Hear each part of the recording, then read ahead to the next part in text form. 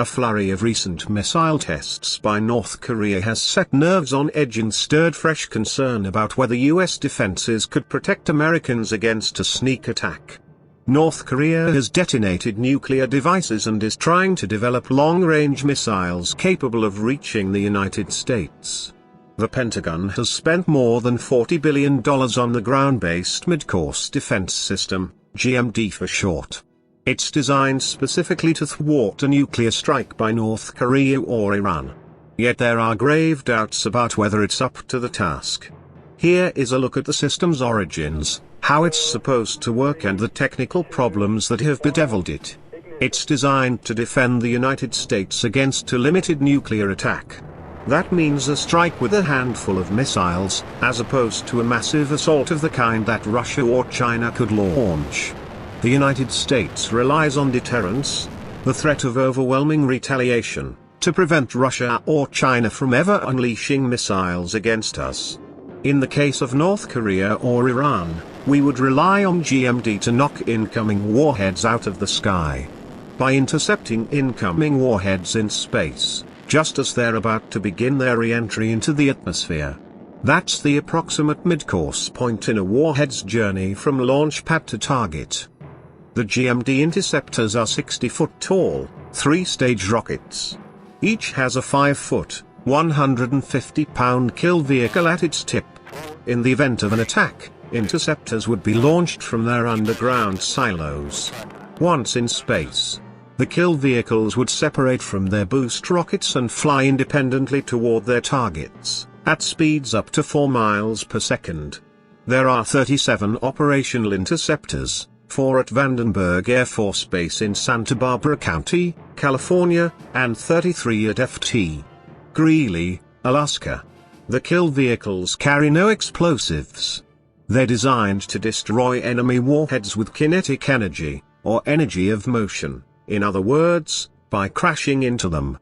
Satellites and powerful radars, stationed on land and at sea, track airborne objects. The GMD system receives data from these and other sources and would use it to guide the interceptors. The kill vehicle also has an onboard navigation system to help it zero in on its target. Intercepting a warhead traveling at hypersonic speed is a supreme technical challenge. It's been compared to hitting one speeding bullet with another. GMD has not shown that it could do that dependably. The system has performed poorly in flight tests, and technical problems keep cropping up. In 9 simulated attacks since GMD was deployed in 2004, interceptors have failed to take out their targets 6 times. And the flight tests are much less challenging than an actual attack would be. They're carefully scripted for success. The operating personnel know ahead of time when mock warheads will be launched, as well as their size, speed and approximate trajectory. They don't assume that.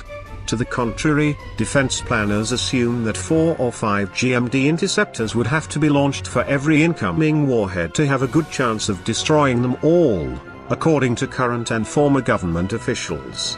That's called the shot doctrine, and it reflects GMD's shortcomings.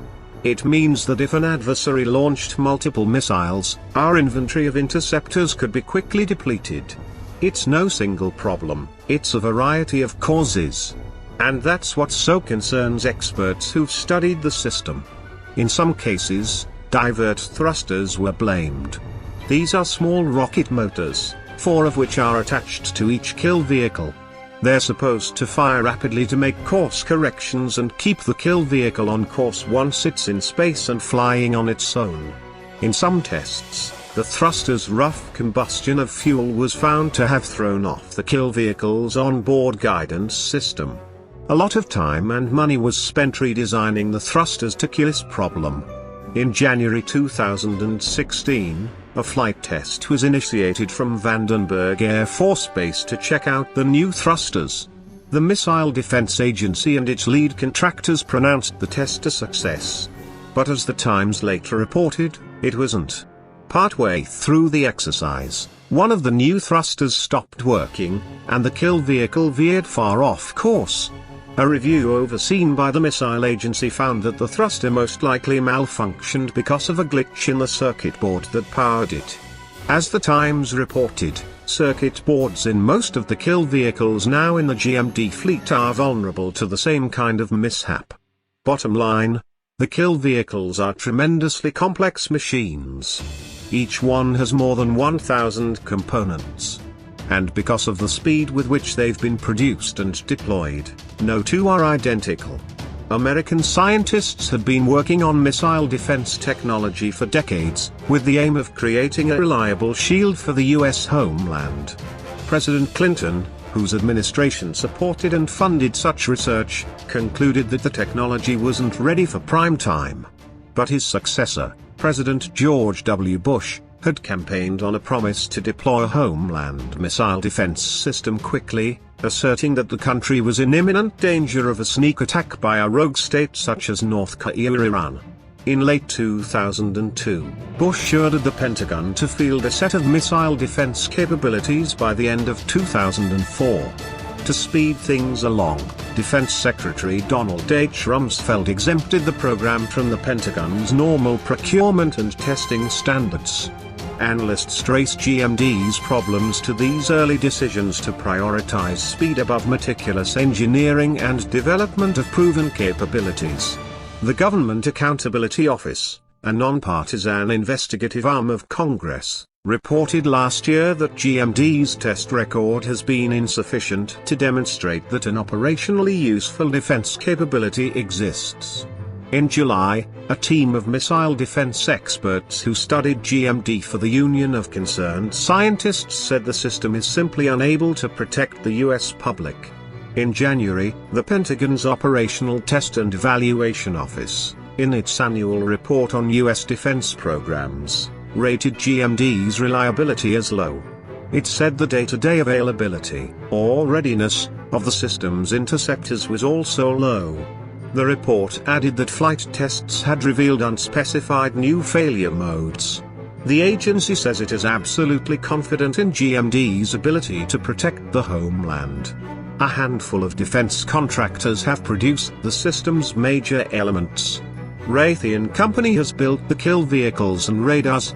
Orbital ATK Incorporated has made the boost rockets. Northrop Grumman Corporation has provided the worldwide communications links. Boeing Company has managed GMD as the government's prime contractor. Some generals have said the cost of an interceptor-based system is unsustainable, and that the US needs to give greater thought to a left-of-launch strategy. That's military speak for taking out missiles before they could be launched, as opposed to trying to shoot them out of the sky. Yet for now the Pentagon is expanding GMD to 44 interceptors, with bipartisan support from Congress. This is not a Trump initiative, it started under President Obama. The government is also studying possible sites for a third interceptor field, in the eastern half of the US that would add up to 60 interceptors to the GMD fleet.